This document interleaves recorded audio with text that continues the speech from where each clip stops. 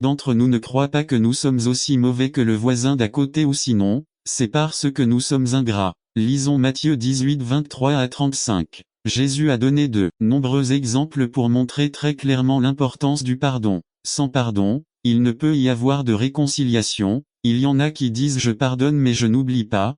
Peut-il y avoir une réconciliation avec cette attitude sans le pardon de nos péchés? Aucun de nous ne pourrait se présenter devant la présence de Dieu. On m'a beaucoup pardonné, et donc j'ai aussi besoin de pardonner. Lorsque les disciples demandent à Jésus combien de fois ils doivent pardonner, sa réponse est 70 fois 7. Matthieu 18 22 parle de reconnaître combien Dieu nous pardonne. C'est le signe de quelqu'un qui est un enfant de Dieu, qui ressemble à son Père céleste. C'est le signe du chrétien. Je veux terminer en regardant Matthieu 5, 23 à 24. Lire le premier pas pour aimer son prochain et la réconciliation. La première étape de la réconciliation est le pardon. Ce matin, je vais vous inviter à la réconciliation. A-t-il quelqu'un que tu as blessé? Demandez à Dieu de vous aider à demander pardon. Quelqu'un t'a fait du mal. Demandez à Dieu de vous aider à pardonner. Peut-être que celui à qui tu dois pardonner, c'est toi-même, ou peut-être que tu dois commencer par une réconciliation avec ton Dieu. Je veux finir de lire Éphésiens 4, 31, 32-31. Abandonnez toute amertume, colère, les cris, les calomnies et toutes les formes de méchanceté. 32. Mais soyez bons et compatissants les uns envers les autres, et pardonnez-vous les uns aux autres, comme Dieu vous a pardonné en Christ. N'attendez pas qu'il soit trop tard. Devenez membre de la chaîne Today et bénéficiez de réconfort et de soutien dans les moments difficiles. Cliquez sur le lien dans la description de la vidéo. Mardi 9 avril 2024. Page de lutte, échecs et batailles des parents résumés. Une revue de la façon dont plusieurs pères célèbres de la Bible se sont battus et de ce que nous pouvons faire pour éviter de tomber dans la même chose. Par Nestor Mangivard. Bible lutte, échecs et batailles parentales. Il n'est pas facile d'être parent. Examinons quelques-unes des luttes, des échecs et des batailles des pères de la Bible. Noé. Genèse 6 à 9. Même un bon père peut échouer. Vous n'êtes pas le seul à échouer, mais nous devons nous rappeler que notre échec peut avoir de grandes conséquences pour nos enfants, nos fils et nos familles. Jacques. Genèse 37, 50. Un père menteur hérite d'enfants menteurs. Se montrer plus favorable à l'un qu'à l'autre entraîne des litiges et de la douleur dans une famille où cela a commencé avec Isaac et Rebecca et s'est poursuivi avec Jacob et Lie. 1 Samuel 2 12 à 17. Les enfants du prêtre n'avaient aucune connaissance de Jéhovah et n'appréciaient pas ses offrandes. Malgré cela, ils servaient dans le temple. 1 Samuel 1 3. Cela ne suffit pas pour notre que les enfants connaissent l'Église ou les choses religieuses. Nous devons nous assurer qu'ils connaissent le Seigneur et qu'ils aiment et respectent Répa. Apprenez très bien cela. Vous pouvez avoir de la provision et de la protection, sans toutefois avoir la présence de Dieu. Cela devrait vous faire peur. N'attendez pas qu'il soit trop tard. Devenez membre de la chaîne Today et bénéficiez de réconfort et de soutien dans les moments difficiles. Cliquez sur le lien dans la description de la vidéo. Mardi 9 avril 2024. Page 2. Beaucoup de gens se contentent de la sécurité éternelle. Ils disent, eh bien, je suis sauvé, je vais au paradis. Il me semble très triste et ridicule qu'alors vous ne soyez pas intéressé par la présence intime avec Dieu. Connaître Dieu, mais ne pas vraiment connaître Dieu, que c'est triste. Conclusion. Moïse connaissait Dieu intimement, parce qu'il lui parlait face à face. Vous ne connaîtrez pas Dieu simplement en étudiant Dieu. La seule façon de le connaître est d'avoir une communion face à face avec lui. Vous ne connaîtrez jamais Dieu si vous ne passez pas de temps avec heureuse parabole racontée par Jésus. Nous verrons les graines suivantes dans les différents terrains. Graines qui tombent à côté du chemin, graines qui tombent sur un sol rocheux, graines qui tombent parmi les épines, graines qui tombent sur une bonne terre. Voyons donc chacune de ces graines dans les différents terrains et comment elles se caractérisent. Chaque croyant ou personne qui entend l'évangile a semence qui tombe à côté de la route. Matthieu 13, 4-1. Aucun agriculteur expérimenté ne plantera des graines au bord de la route. Mais ce serait le cas si le fermier semait des graines spirituelles de la graine qui tombe sur le chemin est celle dont l'esprit est très occupé par des choses qui ne viennent pas de Dieu. 3.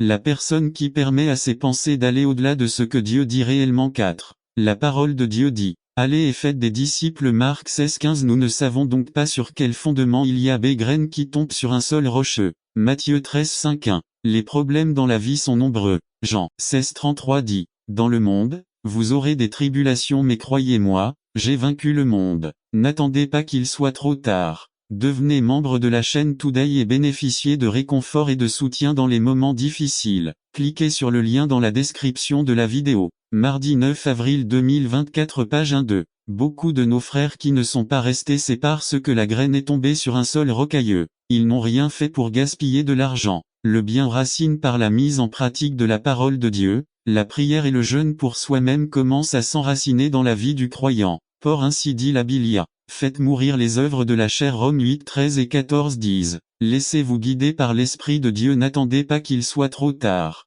Devenez membre de la chaîne Today et bénéficiez de réconfort et de soutien dans les moments difficiles. Cliquez sur le lien dans la description de la vidéo. Mardi 9 avril 2024. Page 2 Toi, moi et nous résumé. Ce sermon nous amène à comprendre que nous ne sommes pas seuls. Il y a d'autres personnes qui nous aident dans le ministère. Dieu nous a donné ce peuple pour établir son royaume sur terre. Par Samuel Malavé toi, moi et nous prédication par Samuel Malavé 15 statuts de fils de Dieu, confirmant que le Père t'a accepté comme son fils. Les versets 14 à 16 de Romains 8 indiquent trois aspects de cette œuvre interne du Saint-Esprit en nous qui garantit notre identité d'enfant de Dieu. Car tous ceux qui sont conduits par l'Esprit de Dieu sont enfants de Dieu. Car vous n'avez pas reçu l'esprit d'esclavage pour craindre à nouveau, mais vous avez reçu l'esprit d'adoption, par lequel nous crions, Abba, Père. Et l'Esprit lui-même rend témoignage à notre esprit que nous sommes enfants de Dieu. Premièrement, son guide, selon le verset 14, nous dit que les enfants de Dieu sont ceux qui sont guidés par le Saint-Esprit. Si le Saint-Esprit habite en vous, il ne vous laisse pas sans direction dans la vie. Le Saint-Esprit nous guide à travers la parole de Dieu. Lorsque vous lisez ou écoutez la parole, et étonnamment, cela a à voir avec la situation que vous vivez. Lorsque vous lisez un passage de l'Écriture et que vous comprenez soudainement pour la première fois un aspect du texte que vous n'aviez même pas remarqué auparavant. Lorsque vous êtes tenté ou dans une situation difficile et qu'un passage de l'Écriture vous vient à l'esprit. Lorsqu'un frère vous rappelle un principe biblique ou vous donne des conseils basés sur la parole, c'est l'œuvre du Saint-Esprit. Et ceux qui sont guidés par le Saint-Esprit sont des enfants de Dieu. Deuxièmement, sa relation. Le verset 15 nous dit que le Saint-Esprit qui habite le croyant l'assure de sa relation avec le Père. Cette relation, médiatisée par l'Esprit, est telle qu'il n'y a plus de peur, mais en toute liberté nous pouvons nous approcher de Dieu comme les enfants s'approchent de leur Père en disant Papa ou Abba. Ceux d'entre nous qui sont parents connaissent le pouvoir de ce petit mot dans nos cœurs. Surtout quand une fille s'approche de toi et te dit « Je t'aime tellement papa », elle t'a déjà dans le sac. Mais ce mot dénote la confiance, la proximité, la relation que nous entretenons avec Dieu parce que le Saint-Esprit est dans nos cœurs. Nous pouvons venir avec confiance au Père et dire Abba Père parce que nous avons reçu l'esprit d'adoption en tant qu'enfants de Dieu. Troisièmement, son témoignage. Le verset 16 déclare que le Saint-Esprit apporte un témoignage interne en communiquant avec notre esprit et nous convainc, nous confirme, nous assure intérieurement que Dieu nous aime vraiment et nous a acceptés en Christ comme ses enfants. Il s'agit d'une expérience qui ne peut être fabriquée ou simulée. C'est un témoignage interne que le Saint-Esprit œuvre dans nos cœurs. Il confirme dans nos cœurs et nous convainc de la grâce de Dieu envers nous que sans la mériter, Jésus-Christ nous a aimés plus que nous ne l'imaginions et nous a fait participer à l'héritage de la famille de Dieu. Dans les moments de joie ou d'angoisse, l'Esprit confirme à notre esprit que nous sommes enfants de Dieu et qu'il n'y a aucune condamnation pour ceux qui sont en Jésus-Christ. Le Saint-Esprit garantit notre identité d'enfant de Dieu, confirmant dans nos cœurs sa direction, sa relation et son témoignage intérieur. Si vous avez le Saint-Esprit, vous avez la garantie d'être de Dieu, vous avez le sceau du Père, vous avez la bénédiction d'appartenir à la famille. Et puisque nous faisons partie de la famille et que nous avons le Saint-Esprit comme garant, il ne s'agit plus de se venger, mais de tendre l'autre joue. Si on nous demande le manteau, il faut aussi donner la chemise. Si on nous demande de marcher 1 kilomètre, marchons 2, 3 ou 4, ce n'est plus recevoir mais donner avec gratitude et générosité. La haine n'a plus sa place parce qu'il nous est demandé d'aimer et de pardonner, ce n'est plus la dîme et les offrandes qui nous sont demandées, mais la dîme, les offrandes et toute notre vie que nous devons consacrer à Dieu. Ce que je veux souligner et préciser, c'est que la grâce ne nous excuse pas et ne minimise pas non plus nos devoirs et responsabilités en tant qu'intendants. Au contraire, cela les multiplie et nous place sous une plus grande responsabilité. Conclusion frères, les approches du Seigneur Jésus affirment que les principes de la grâce n'invalident pas la validité morale et spirituelle de la loi, dans l'exercice de notre intendance. Tout comme la suprématie de la grâce ne nous exonère pas de pratiquer et d'observer ce que nous disent la loi et les prophètes. Paul nous rappelle que c'est par grâce que nous avons été sauvés par la foi et non par les œuvres, de sorte qu'aucun de nous n'a de quoi se vanter devant Dieu. De même, il nous exhorte à pratiquer les bonnes œuvres que Dieu nous a préparées d'avance. Église baptiste de Bethel, 21 octobre 2001, pour célébrer la campagne annuelle d'intendance. N'attendez pas qu'il soit trop tard. Devenez membre de la chaîne Today et bénéficiez de réconfort et de soutien dans les moments difficiles. Cliquez sur le lien dans la description de la vidéo mardi 9 avril 2024 page 4. Vous souhaitez vendre votre propriété. Résumé. Dieu a béni nos vies avec des choses merveilleuses et belles, comme la famille. Mais il y a quelqu'un qui est très intéressé à voler, d'une manière ou d'une autre, ce que Dieu a mis entre nos mains. S'il ne peut pas vous le voler, il essaiera de vous l'acheter. Une question. Le voyez-vous par Alberto Sanchez. Voulez-vous vendre votre domaine? Passage biblique 1 R, 21 à 3 objectifs. Que les auditeurs apprécient ce que Dieu leur a donné, et le conservent à tout prix. Je veux les emmener dans un endroit dans les vallées de Jézréel, dans la ville de Jézréel, une ville sur les plaines de la vallée, à l'est, les montagnes de Gilboa et puis le fleuve Jordanie, à l'ouest, le mont Carmel. Samarie et environ 60 km la Grande Mer. Au sud environ, à 80 km était Jérusalem, et au nord à environ 30 km la mer de Sinré. Là, Naboth avait un vignoble qui était passé en sa possession par héritage de sa famille. Ce vignoble ajusté au palais d'un roi de Juda à l'époque, son nom était Achab, et sa femme était Jezabéel. Ces gens allons être les moyens que Satan utiliserait pour tenter Naboth à vendre son héritage et ainsi désobéir à Dieu. Et la Bible dit qu'un jour, Ahab, un roi très mal et pervers, s'approche de Naboth et lui dit, il a tentation. Un mauvais homme pouvant s'approche pour passer un accord à un homme doté d'autorité était le roi B. Solvabilité économique pour résoudre les problèmes. C'est bien qu'il ne semble pas qu'il y ait eu un besoin de vente chez Naboth, récolter un caractère. On sème un caractère et on récolte un destin. Mesdames et messieurs, tout est lié à une seule chose, à quoi nous pensons. Dans quoi n'attendez pas qu'il soit trop tard. Devenez membre de la chaîne Today et bénéficiez de réconfort et de soutien dans les moments difficiles. Cliquez sur le lien dans la description de la vidéo. Mardi 9 avril 2024 page 2. Nous faisons avec notre esprit. La Bible le dit parfaitement. Les attitudes de vie viennent du cœur 6. Laissez-moi vous dire quelque chose. Les attitudes peuvent être mauvaises ou bonnes. Mais Dieu a tout détruit autrefois à cause de l'attitude. Dans Genèse, chapitre 6, verset 5, nous voyons qu'une civilisation entière a été détruite par Dieu parce qu'elle avait un seul problème. La Bible dit que tous les désirs du cœur de l'homme étaient continuellement mauvais. L'homme en était venu à pourrir son esprit de telle manière Dieu n'avait pas d'autre choix que d'anéantir toute l'humanité par un déluge. Frères et amis, l'esprit est puissant 7. Mais l'inverse est également vrai. Quand Dieu veut changer cette civilisation, Dieu le fait aussi à travers l'esprit de l'individu. En d'autres termes, quand Dieu va vous changer, quand Dieu va me changer, quand Dieu change quelqu'un, il le change à travers son esprit. L'apôtre Paul dit dans Romains 12:2, ne vous conformez pas à ce monde, mais soyez transformés par le renouvellement de votre intelligence. Frères et amis, quand Dieu nous change, il nous transforme, et ce qu'il change, il change. Ce qu'il transforme, c'est notre esprit. Dieu nous donne une nouvelle pensée, parce que vous et moi ne sommes rien de plus que la somme totale de ce que vous et moi pensons. Ce qui quitte notre esprit et ce qui entre dans notre esprit, c'est essentiellement la personne qui est assise sur cette chaise et la personne qui se tient derrière cette chaire 8. Pourquoi? Parce que lorsque nous changeons notre façon de penser, nous changeons notre attitude. Et quand nous changeons d'attitude,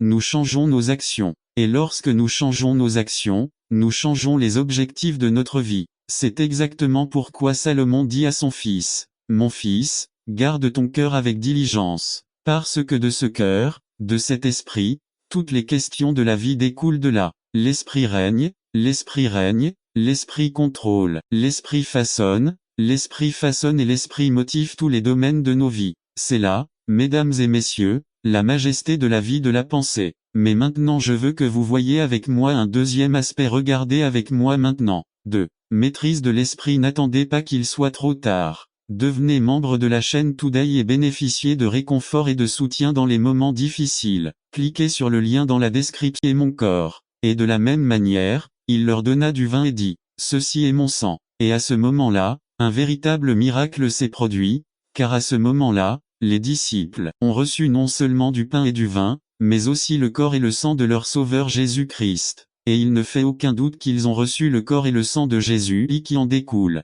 Surtout, connaissez leur finalité et la réaction que nous leur montrons. Par Ramon Roja. Introduction. Je veux que nous évaluions nos vies et que nous voyions les crises et les conflits qui surviennent, de la même manière que nous pouvons reconnaître leur finalité essentielle et la réaction que nous leur exprimons. Il est nécessaire de s'équiper à travers de petites épreuves avant de pouvoir surmonter de plus grandes épreuves. Nous connaissons toute l'histoire de David et Goliath, mais aujourd'hui, nous allons voir un enseignement qui nous aidera à être vainqueurs pour le Seigneur, face à toutes les épreuves. Y analysons David. David venait de paître les brebis de son père. Parce que ses frères étaient en guerre, David a manifesté le cœur d'un guerrier et il l'a manifesté en prenant soin des moutons de son père. David avait une confiance et une sécurité totale, qui venaient de son Dieu. 2. Analysons le lion et l'ours. Nous pouvons tous deux dire que ce sont des animaux féroces. Son objectif principal est de se nourrir des animaux faibles et sans défense. Ce qui est effrayant chez ces bêtes, c'est leur rugissement.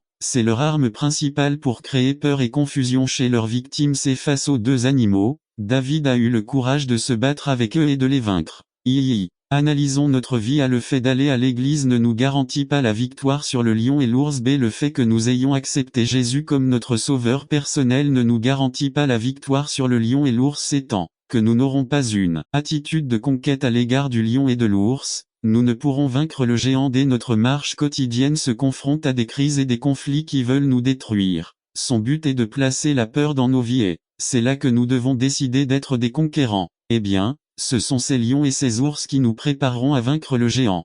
Nous devons reconnaître que nos expériences et nos réalisations passées nous rendent capables et habiles à vaincre le géant. C'est devant le géant que nous ne pouvons pas nous arrêter, nous devons l'attaquer. Nous devons reconnaître que le Dieu que nous servons est de notre côté. N'attendez pas qu'il soit trop tard. Devenez membre de la chaîne Today et bénéficiez de réconfort et de soutien dans les moments difficiles. Cliquez sur le lien dans la description de la vidéo. Mardi 9 avril 2024. Page 1 IV. Analysons la stratégie. Il existe une stratégie pour vaincre le géant, mais elle nécessite un prix à payer.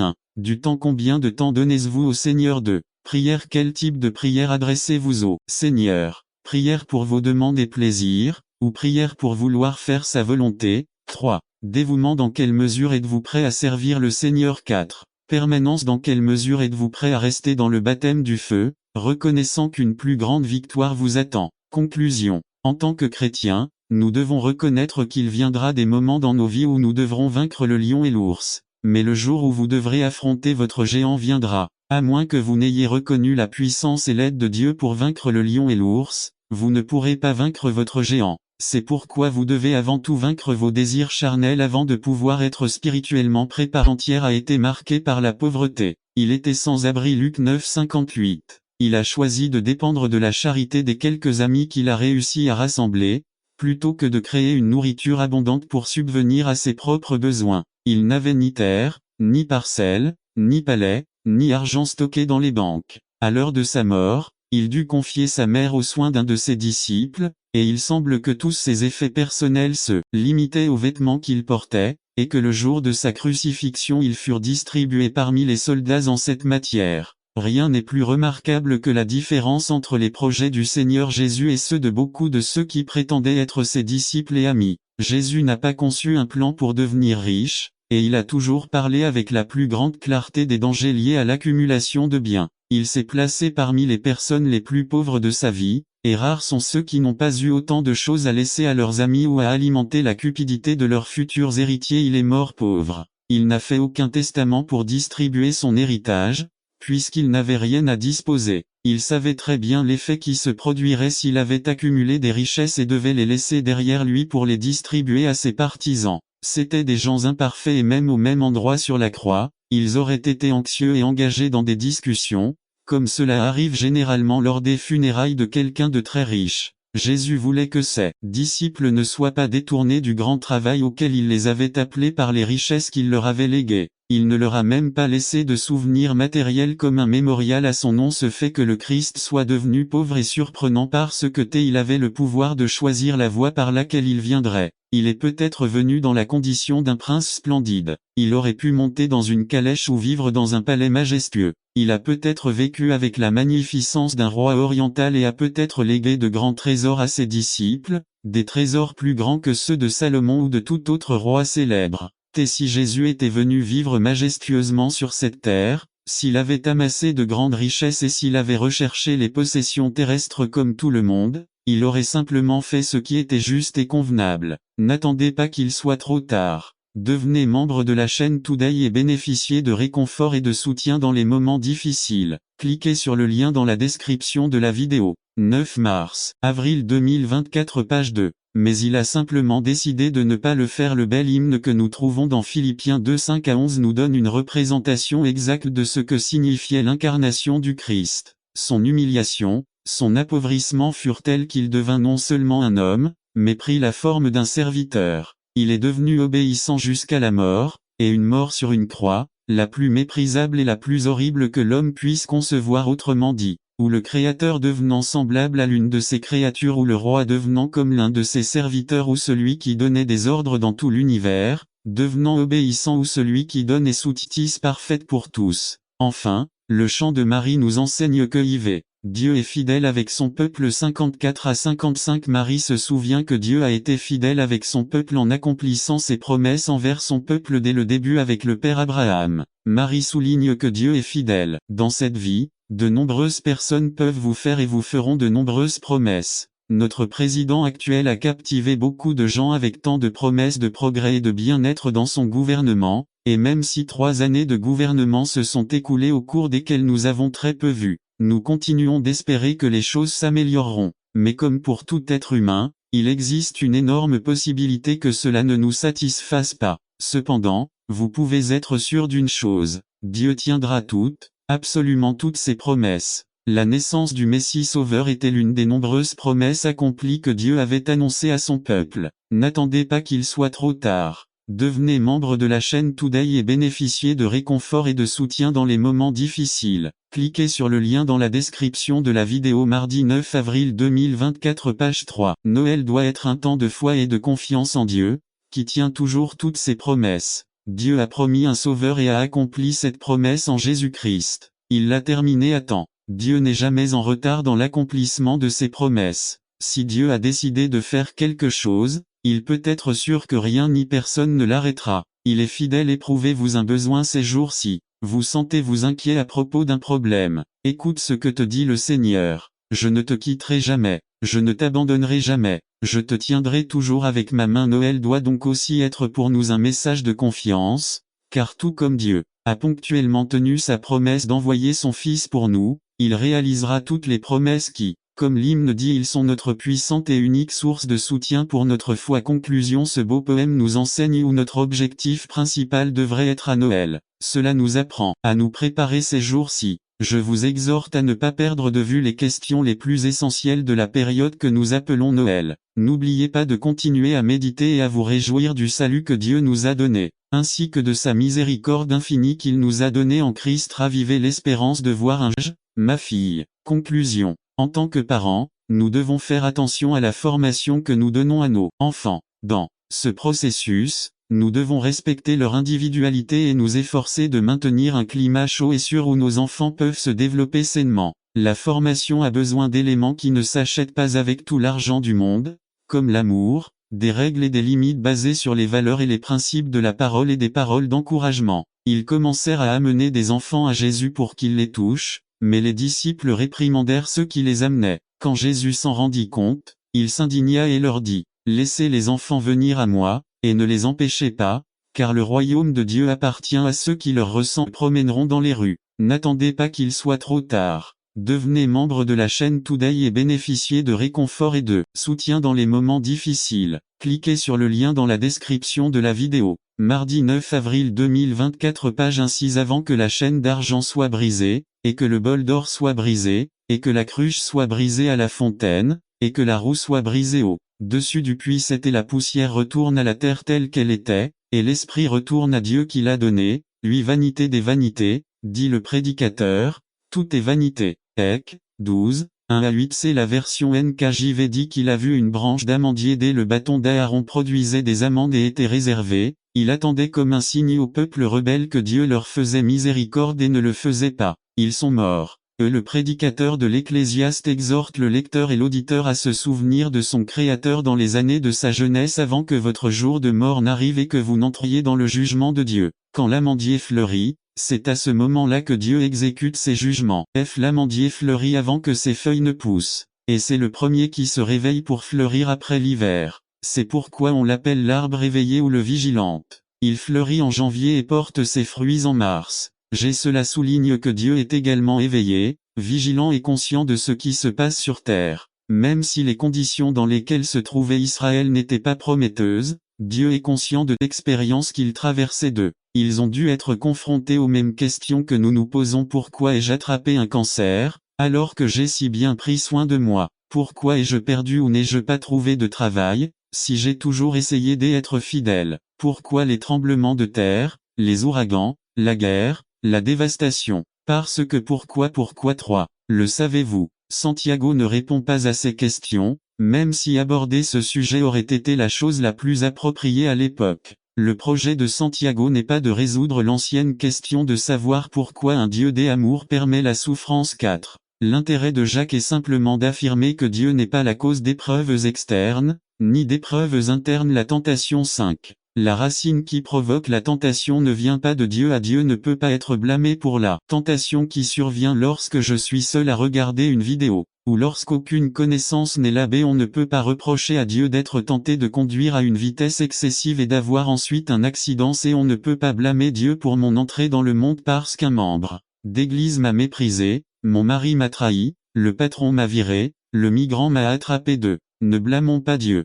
James dit non, non, non. Ne blâmez pas Dieu. Il fait ce que les écrivains juifs ont commencé à faire après l'exil babylonien: dissocier Dieu, séparer Dieu de la souffrance possible que l'on peut avoir. Les écrivains de cette période, par exemple, ont fait ce qui suit. Ils ont pris les passages bibliques où Dieu est la cause de la souffrance et de la tentation et ont blâmé Satan. Empire pour vous, et des choses similaires. Conclusion. Nous devons examiner attentivement la graine que nous laissons germer dans notre cœur. Soit vous laissez germer la semence de la foi par l'action du Saint-Esprit dans votre vie, soit la semence du mal, en continuant à vivre séparé de Dieu et sans Jésus-Christ. Considérez donc quelle graine germe dans votre cœur. Regardez les dégâts que vous avez causés avec vos paroles. Gardez à l'esprit que quoi que vous semiez, vous le récolterez. Galates 6:7. Jérémie 4:14 dit, vous pouvez encore être sauvés. Il vous suffit de supprimer toutes ces mauvaises pensées de votre esprit. Combien de temps vas-tu laisser ces mauvaises pensées te dominer? NASB. Priez avec moi de cette façon. Dieu, je demande ton pardon pour le mal que j'ai causé avec mes paroles. Je reconnais que mon cœur est plein de mal. J'ai besoin de votre aide, car je ne peux pas changer seul. J'avoue publiquement que je suis un pécheur et je prie pour votre pardon. Je crois que Jésus-Christ est mort pour pardonner mon péché et qu'il est ressuscité pour me donner une vie abondante. Aujourd'hui, je vous donne mon cœur et je confesse Jésus-Christ comme le Seigneur et propriétaire de ma vie. À partir de ce moment, je commence une nouvelle vie. Amen et Amen. N'attendez pas qu'il soit trop tard. Devenez membre de la chaîne Today et bénéficiez de réconfort et de soutien dans les moments difficiles. Cliquez sur le lien dans la description de la vidéo. Mardi 9 avril 2024, page 2. Concentrez-vous sur la tâche résumée. Ensemble et concentrés, nous accomplissons de grandes choses pour Dieu. Par Wilbur Madrariva. Concentrez-vous sur votre tâche. 240 06 07 Néhémie 3 à 4. Introduction. Quelque part dans la maison de mes parents, cela doit encore être une médaille d'argent avec la figure en relief d'un athlète grec couronné de laurier et avec la légende « Goaling champion ». C'était ma médaille bien sûr, dans un championnat auquel j'ai participé quand j'étais en première année. Quel jour de gloire! Les petits gardiens ne pouvaient pas arrêter le ballon qui arrivait vers eux avec une force énorme. J'étais la star de l'équipe cette année-là, du moins je le pensais. C'est pour cette raison que l'année suivante, pour le championnat scolaire, j'ai organisé mon équipe avec la certitude de répéter l'exploit. Mon équipe de deuxième année du primaire ne pouvait pas échouer car elle avait moi, celui qui détenait le titre de champion buteur. Mais cette année-là, les conditions ont changé. L'inscription coûtait 13 pesos. Je les ai rassemblés parmi les membres, Ce serait une mort subite, vous perdiez une partie et vous étiez éliminé. Nous jouions avec des équipes de toutes catégories au niveau primaire et secondaire. Mais je n'avais quand même pas peur parce que j'étais dans l'équipe de ceux deux. Notre premier match était contre une équipe de 2e lycée. J'ai commencé à jouer comme attaquant, mais les buts ne sont tombés que dans notre but. Toutes mes compétences et tous mes tirs imparables ont échoué ce jour-là. J'ai donc décidé qu'il serait préférable de passer au but. J'ai donc fait un changement et je suis allé au but, seulement pour voir beaucoup plus de ballons traf. 21, 5. C'est égoïste. Regardez vos propres intérêts et non ceux du royaume. Il prétend servir Dieu, mais cherche à tout prix sa propre promotion. 2 Timothée 3, 2-9. Il n'est pas très sociable. Ce type de personne n'a pas beaucoup d'amis et les rares qu'elle a appartiennent à la même catégorie spirituelle. C'est ce type de personne qui est à l'origine de la plupart des divisions au sein des églises et des groupes sociaux. Jude 19 Tite 3-10. Ces gens ne sont pas fiables et désobéissants. On ne peut pas lui confier de petites choses, car elles sont très insignifiantes par rapport à son autosuffisance. Luc 16 dit Romains, n'attendez pas qu'il soit trop tard. Devenez membre de la chaîne aujourd'hui et obtenez du réconfort et du soutien dans les moments difficiles.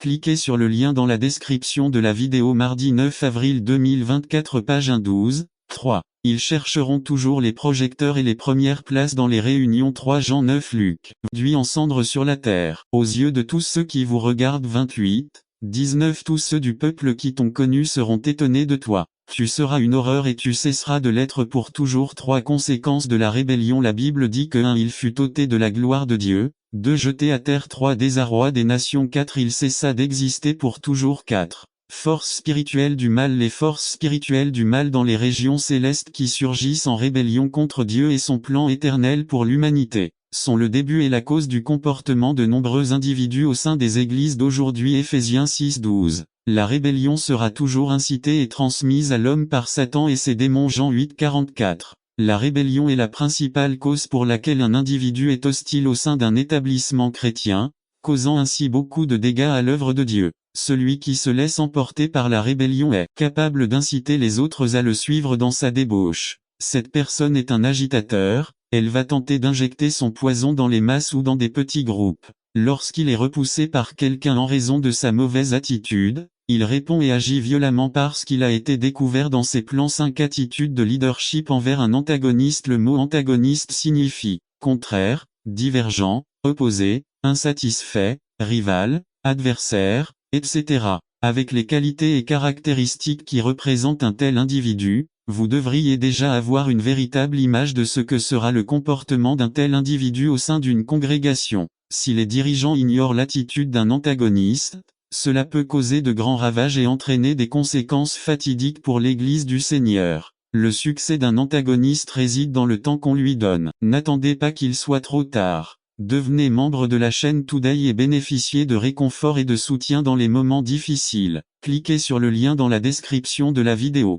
Mardi 9 avril 2024, page 2. Donne d'infecter le groupe avec son poison. Si leadership en attaque, l'antagoniste est infatigable dans ses projets, il est vengeur, calculateur, mais vous appelle à le rejoindre afin que vous puissiez faire sa volonté. En tant que pasteur, je crois à la coopération, je ne suis pas d'accord avec l'irresponsabilité, le désordre et le mensonge. Je n'ai pas peur de vous enseigner ce que j'ai appris, je n'ai pas peur de vous dire que j'espère que de notre jeunesse naîtra ce serviteur qui servira ce peuple. Je ne suis pas envieux de voir une femme rentrer chez elle en voiture. Soudain, elle remarqua un gros camion qui s'approchait inconfortablement d'elle. Naturellement, elle a décidé d'accélérer un peu pour garder une distance de sécurité avec le camion. Le chauffeur du camion a fait de même. Effrayée, elle décide de quitter la route, mais le camion continue de la poursuivre. La femme décide de s'engager dans une rue très fréquentée afin de rater le camion dans la circulation dense. Mais le chauffeur du camion ignore le feu rouge et continue derrière la voiture de la femme. Paniquée, elle décide d'entrer dans une station-service et sort en courant de sa voiture en criant à l'aide. À ce moment-là, le chauffeur du camion descend également de son camion et court vers sa voiture. Il ouvre la portière arrière de la voiture de la femme et élimine de force un homme qui se cachait à l'intérieur de la voiture. La femme fuyait la mauvaise personne. Depuis le siège du conducteur, le chauffeur du camion avait découvert l'agresseur. La persécution ne cherchait pas à lui faire du mal mais à la sauver, même au péril de sa propre sécurité. N'attendez pas qu'il soit trop tard. Devenez membre de la chaîne Today et bénéficiez de réconfort et de soutien dans les moments difficiles. Cliquez sur le lien dans la description de la vidéo. Mardi 9 avril 2024 page 3 Vraie et fausse sagesse. Résumé. La sagesse du monde versus la sagesse de Dieu par Carlos Camarena. Vraie et fausse sagesse. Texte. Jacques 3, 17 à 18 Lecture de la Bible. Romains 12, 16 à 18 par Carlos et Camarena. Introduction. À qui est sage et intelligent parmi vous? Telle était la question que Jacques nous a posée il y a 2 semaines. Jacques 3, 13 à. Question à laquelle nous avons partiellement répondu la semaine dernière lorsque nous avons étudié le concept de fausse sagesse 1. Nous découvrons que pour Jacques, être sage ne signifie pas vaincre sa propre opinion. Voir Romains 12, 16. Le sage biblique est avant tout celui qui le démontre par sa bonne conduite et ses œuvres avec humilité. Jacques 3, 13 b2. La personne sage n'est pas celle qui possède la vérité ou qui croit posséder la vérité ou la doctrine correcte orthodoxie, mais plutôt celle qui pratique ce qui est correct orthopraxie 3. L'expérience nous a appris que la connaissance ne devient sagesse qu'une fois mise en pratique. Une personne sage ne se reconnaît pas à ce qu'elle croit, mais à la façon dont elle vit. La connaissance intellectuelle sans piété pratique n'a aucune valeur. Dans l'étude de ce soir, Santiago garde le meilleur pour la fin. Après avoir décrit la fausse sagesse, cette sagesse qui se développe dans un environnement d'égoïsme et d'égocentrisme, il nous présente maintenant les caractéristiques de la vraie sagesse, où serviteur de Dieu, était tout simplement sans excuse. Or, un Samaritain, que les Juifs considéraient comme des ennemis, le vit et éprouva de la compassion pour lui. Il a mis de côté les sentiments d'hostilité entre les deux peuples pour faire quelque chose pour cet homme dans le besoin. Il ressentit une telle pitié et une telle sympathie qu'il se donna pour l'aider. La Bible dit qu'il s'approcha de lui, s'agenouillant à ses côtés. Il guérissait ses blessures avec du vin pour les désinfecter et de l'huile pour les apaiser. Il les a bandées, éventuellement en utilisant ses propres vêtements, et l'a mis dans son petit âne. Il l'a emmené dans une auberge et a pris soin de lui toute la nuit. Le matin, il sortit 2 deniers, 2 pièces d'argent qui équivalaient à 2 jours de travail, et demanda au propriétaire de l'auberge de prendre soin de lui. S'il dépensait plus que ce qu'il lui avait donné, à son retour il le rembourserait. Il n'y avait rien que l'homme ne soit prêt à faire pour servir son prochain. Il a interrompu son voyage et a changé ses plans. Il utilisait ce dont il avait besoin pour la journée pour panser ses blessures, du vin, de l'huile et des vêtements. Il l'a mis sur son propre âne et était prêt à marcher. Il a payé lui-même le propriétaire de l'auberge. N'attendez pas qu'il soit trop tard. Devenez membre de la chaîne Today et bénéficiez de réconfort et de soutien dans les moments difficiles. Cliquez sur le lien dans la description de la vidéo. Mardi 9 avril 2024 page 1 sac. Il a reconnu que cet homme avait grand besoin, et il a donné de ce qu'il avait, il a donné de lui-même, pour le servir et l'aider. La 6e et dernière discipline d'un disciple du Christ est de ministrer ou de servir les autres. Jésus nous appelle, personnellement en tant que disciples, à servir et à exercer un ministère auprès de l'humanité. Briser les normes du monde et servir les autres avant nous-mêmes. Servir, c'est faire pour quelqu'un ce qu'il ne peut pas faire facilement pour lui-même. La tâche pourrait être fastidieuse et prendre beaucoup de temps. Cela pourrait être simple, sans mériter d'être reconnu, mais s'il aide quelqu'un, Christ est glorifié. Comme le disait Mère Teresa, nous ne pouvons pas faire de grandes choses, juste de petites choses avec beaucoup d'amour. Comment servez-vous les autres? Qu'est-ce que le fait d'être un disciple du Christ vous guide? Vos opportunités de servir les autres de manière sacrificielle sont infinies. Prions, n'attendez pas qu'il soit trop tard. Devenez membre de la chaîne Today et bénéficiez de réconfort et de soutien dans les moments difficiles. Cliquez sur le lien dans la description de la vidéo. Mardi 9 avril 2024 page 2 Témoigner au monde résumé. Ceci est le 7e d'une série de sermons qui parle des 6 disciplines bibliques d'un disciple du Christ par Gabriel Cortés. Introduction. Ce matin, nous voulons méditer sur la 5e discipline d'un disciple de Christ, qui est témoin du monde. Les 4 premiers sont l'un des passages les plus connus du NT et la Grande Commission. Nous le trouvons dans MT 28, 18 à 20. En bref, dans la Grande Commission, Jésus nous commande de faire des disciples, parce que nous monde hostile dont les valeurs et les principes s'opposent à la parole de Dieu, même si nous sommes intimidés et stigmatisés comme fanatiques, ennuyeux, nous ne devons pas baisser la garde. Comme le dit un slogan de guérilla, ne revenez jamais en arrière, jamais se rendre. 2.3 La fierté de vivre, c'est vouloir impressionner les autres et ainsi chercher à être exalté. C'est ce qu'on appelle la vantardise. C'est se vanter de choses que le jeune homme ne possède pas. C'est vivre un effort permanent pour impressionner les autres et rechercher l'approbation. Le jeune homme qui recherche la vanité de la vie n'est ni plus ni moins qu'un charlatan stupide, qui essaie de se rendre plus important qu'il ne l'est. La Bible dit que personne n'ait une plus haute opinion de lui-même qu'il ne le devrait, mais qu'il ait une opinion modérée de lui-même. Romains 12:3. Face à l'orgueil de la vie, Jean souligne les bienfaits de l'œuvre du Christ, comme le pardon et la connaissance personnelle de Dieu. Le jeune qui connaît le Christ n'a pas besoin de chercher à s'affirmer dans les choses du monde. Tout ce qu'il a à faire,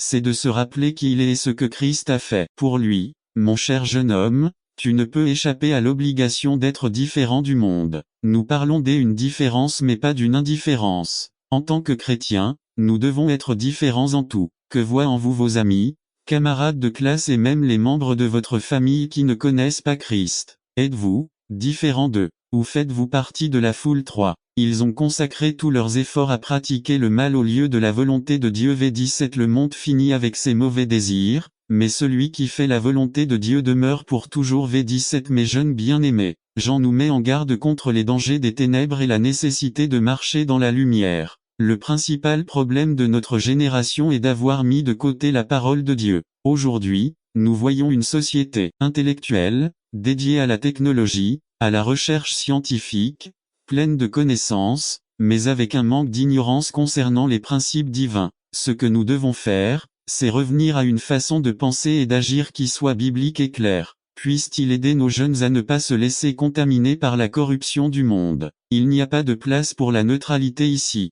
Soit nous acceptons les normes non bibliques et athées que le monde tente d'imposer, soit nous décidons une fois pour toutes fermement d'obéir aux préceptes de la parole de Dieu et ainsi sauver nos jeunes et notre famille. La Bible dit: considérez-vous comme morts au péché, mais vivants pour Dieu en Jésus-Christ. Par conséquent, ne laissez pas le péché régner dans votre corps mortel, et n'obéissez pas à ses mauvais désirs. N'offrez pas les membres de votre corps au péché comme instruments d'injustice. Au contraire, offrez-vous à Dieu comme ceux qui sont revenus de la mort à la vie, présentant les membres de votre corps comme des instruments de justice. Romains 6:11-13 ne parle pas du mal comme de quelque chose de simplement abstrait, mais plutôt de manière abstraite, mais parle plutôt de la puissance du malin. Il présente le mal comme une puissance personnelle qui cherche à nous vaincre et à nous éloigner de Dieu et de tout homme en lutte.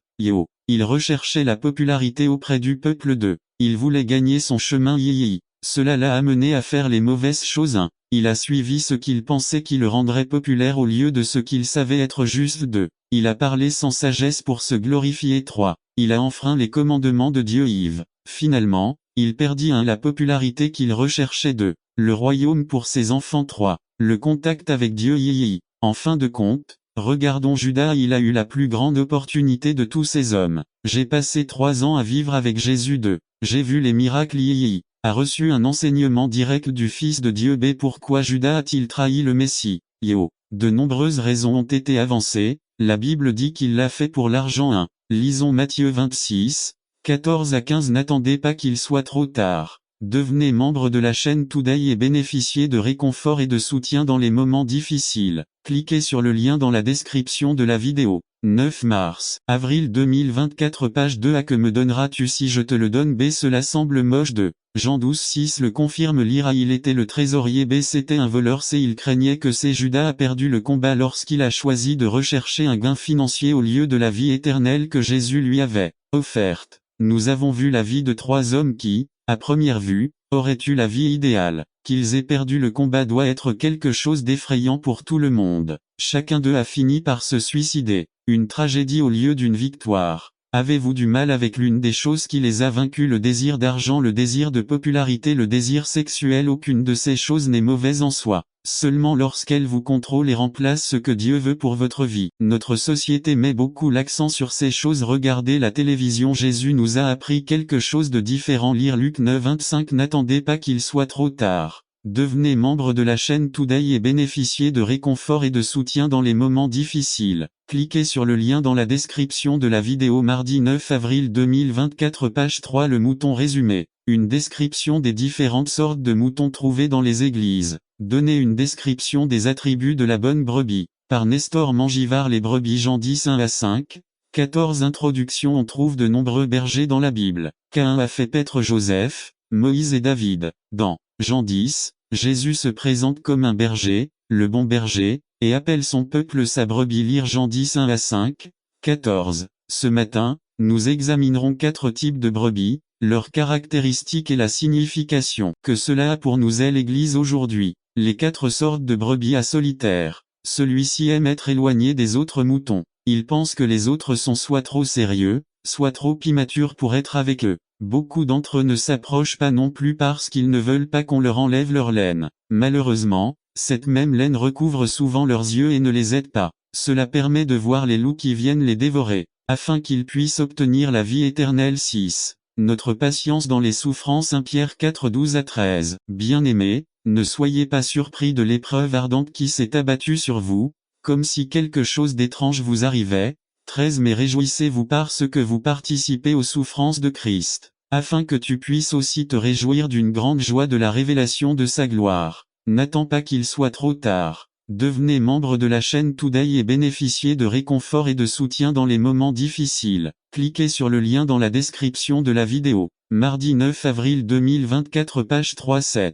Notre bon usage du temps. 1 Pierre 1, 17-17. Et si vous appelez comme Père celui qui, sans respect pour les personnes, juge selon l'œuvre de chacun, conduisez-vous avec crainte tout le temps de votre pèlerinage. 8. Notre détermination à courir la course. 1 Corinthiens 9, 24-24. Ne savez-vous pas que ceux qui courent dans le stade courent tout, mais qu'un seul remporte le prix. Courez de telle manière que vous l'obteniez. 9. Notre maîtrise de l'ancienne nature. 1 Corinthiens 9, 25 à 27-25. Quiconque combat s'abstient de tout. Eux, en effet, recevront une couronne corruptible, mais nous, une couronne incorruptible. 26. C'est pourquoi je cours ainsi, non pas au hasard. De cette façon, je ne combats pas comme quelqu'un qui frappe l'air. 27. Mais je frappe mon corps et je le mets en esclavage, de peur que, ayant été un héros pour les autres, je ne sois moi-même détruit. 10. Notre souci des âmes perdues. 1 Thessaloniciens 2 19 à 20. L'apôtre Paul a dit 19. Car quelle est notre espérance, ou notre joie, ou notre couronne,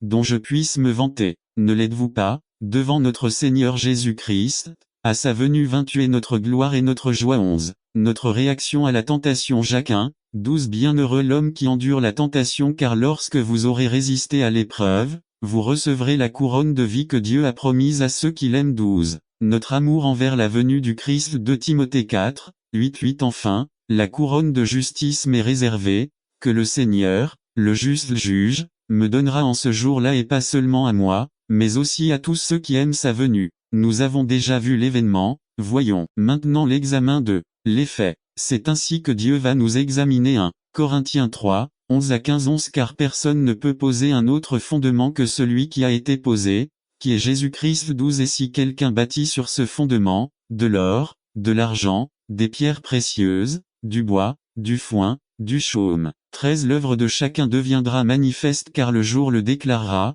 car cela sera révélé par le feu, et le feu éprouvera le travail de chacun, quel qu'il soit. 14. Si l'œuvre de celui qui l'a construit demeure, il recevra une récompense. 15. Si l'œuvre de quelqu'un est brûlée, il en subira une perte, mais lui-même sera sauvé, comme par le feu de l'épreuve est appelé les yeux du Christ. Apocalypse. La décision aujourd'hui de traverser comme un seul corps, c'est seulement alors que vous pourrez vaincre. N'attendez pas qu'il soit trop tard. Devenez membre de la chaîne Today et bénéficiez de réconfort et de soutien dans les moments difficiles. Cliquez sur le lien dans la description de la vidéo. Mardi 9 avril 2024 page 3. L'armée de Dieu résumé. L'appel de Dieu pour nos vies est que nous soyons un seul corps, que nous devenions une armée. Il est intéressant de voir qu'avant de penser à la conquête de la terre promise, il doit y avoir un processus de formation. Par Aaron Chavez. L'armée de Dieu, le temps des conquérants. Intro. L'appel de Dieu pour nos vies est que nous soyons un seul corps. Puissions-nous devenir une armée?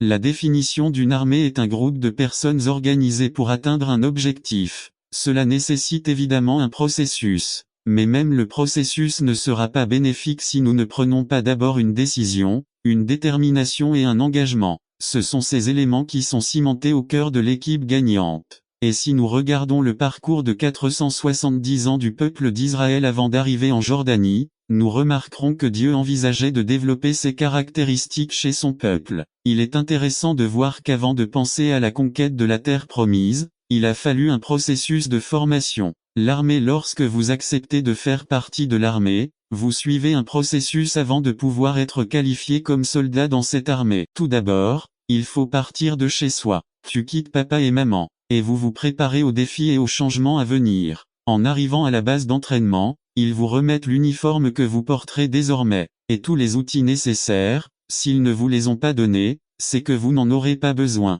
Arrivez et vous commencez à recevoir des commandes. L'une des choses les plus importantes que vous apprendrez est que vous ferez toujours les choses en groupe et que vous serez responsable de ce qui se passe dans ce groupe. Vous recevrez votre coupe de cheveux. Tous ces processus visent à supprimer votre individualité et à vous transformer en une seule armée. Unité. L'un des éléments les plus importants pour devenir l'armée qui va conquérir ce que Dieu a promis est l'unité. 3. Désireux de conserver l'unité de l'esprit dans le lien de la paix. 4. Un seul corps et un seul esprit, comme vous avez été appelés dans la même espérance de votre vocation. 5. Un seul Seigneur, une seule foi, un seul baptême. 6. Un seul Dieu et Père de tous, qui est au-dessus de tous, et à travers tout, et en tout. Éphésiens 4.3. Dans l'unité nous trouvons la force. 12. Et si quelqu'un l'emporte contre un, deux lui résisteront et une triple corde ne seront pas de sitôt. Ecclésiaste 4.12. Nous voyons que Josué engage le peuple à travailler comme une seule armée dans l'unité.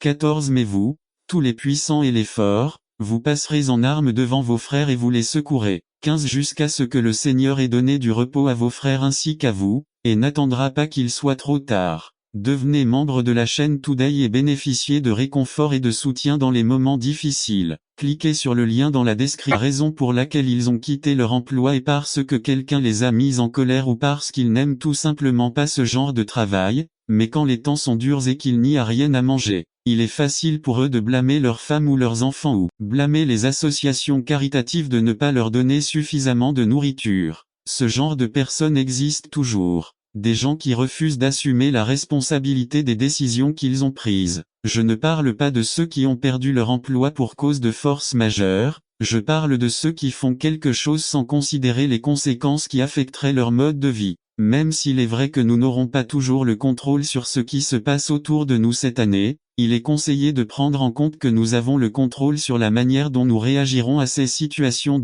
Croyez que nous pouvons changer. Arrêtons de dire je ne peux pas et commençons par dire bien sûr que je peux. Celui qui dit que je peux tout faire par le Christ qui me fortifie pourra tout faire. Phil 4, 13 version juive. Il n'y a rien que je ne puisse maîtriser avec la force du Christ. Croyez-vous vraiment ce verset? Croyez que cette année vous ne verrez rien que vous ne puissiez maîtriser. Aucun problème, aucune circonstance, aucune bataille que vous ne puissiez maîtriser avec l'aide et la force que le Christ vous offre. Parce que je peux tout faire par le Christ qui me fortifie. Beaucoup de gens ne progressent jamais parce qu'ils ne croient pas pouvoir changer leurs habitudes, leurs coutumes, etc.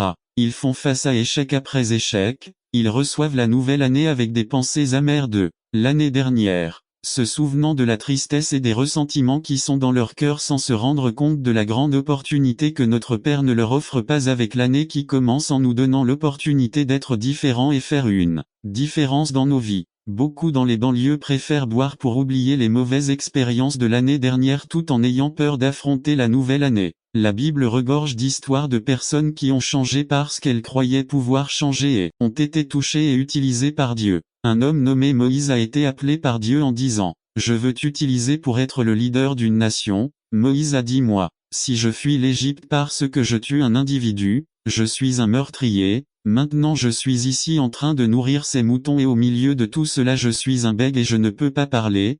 Comment voulez-vous que je sois le leader et qui parle au nom de votre peuple? N'attendez pas qu'il soit trop tard. Devenez membre de la chaîne Today et bénéficiez de réconfort et de soutien dans les moments difficiles. Cliquez sur le lien dans la description de la vidéo. Mardi 9 avril 2024 page 3. Dieu répond en résumé, ne suis-je pas votre Dieu tout-puissant? Dieu appela un autre homme nommé Gédéon et lui dit, lorsque le peuple d'Israël était harcelé par les Madianites, Gédéon, je t'utiliserai pour sauver mon peuple. Gédéon répond à moi, si je suis le plus jeune de la famille, je fais aussi partie de la famille la plus pauvre de ce village. Dieu lui répond, ainsi j'utiliserai tes capacités. Fois qu'il quitta l'Égypte sans craindre la colère du roi, car il resta ferme comme s'il voyait l'invisible. Les personnes qui vivent une vie qui compte sont des personnes qui ne perdent jamais leur concentration. Ils savent se concentrer et garder les yeux sur la cible. Le secret du succès est la persévérance. Le secret de la persévérance est la vision, et la vision est ce qui vous permet de triompher quelles que soient les circonstances. Le mot maintenu circule.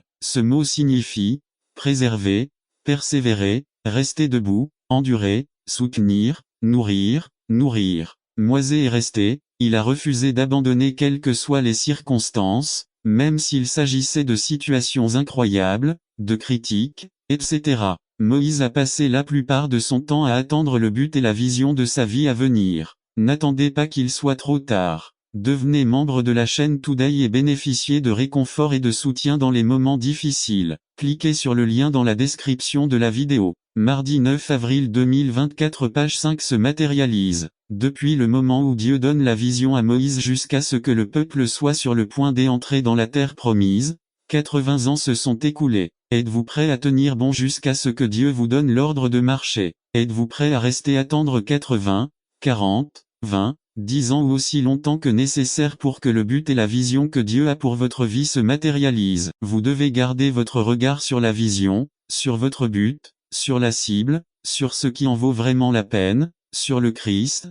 De cette façon, même si des circonstances difficiles surviennent, vous ne vous évanouirez pas. Hébreux 12 1-2 C'est pourquoi, nous aussi, qui sommes environnés d'une si grande multitude de témoins, rejetons le fardeau qui nous gêne, surtout le péché qui nous assiège, et courons avec persévérance dans la carrière qui nous attend et placée devant nous deux. Fixons notre regard sur Jésus, le Créateur et le Perfectionneur de notre foi, qui, pour la joie qui l'attendait, a enduré la croix, méprisant la honte que cela signifiait, et qui est maintenant assis à la droite du trône de Dieu. LSG Les expressions courons avec persévérance et fixons nos yeux sur Jésus vont de pair. Parce que lorsque vous aurez le regard fixé sur Jésus, vous courez la course avec persévérance. Sur quoi avez-vous les yeux fixés? Sur quel domaine de votre vie devez-vous travailler? Savez-vous pourquoi Dieu vous a créé? Avez-vous pris la responsabilité de votre vie? Avez-vous un système de valeurs et de priorités qui glorifie Dieu? Sur quoi avez-vous le regard fixé? L'aspect le plus important est votre relation avec Dieu.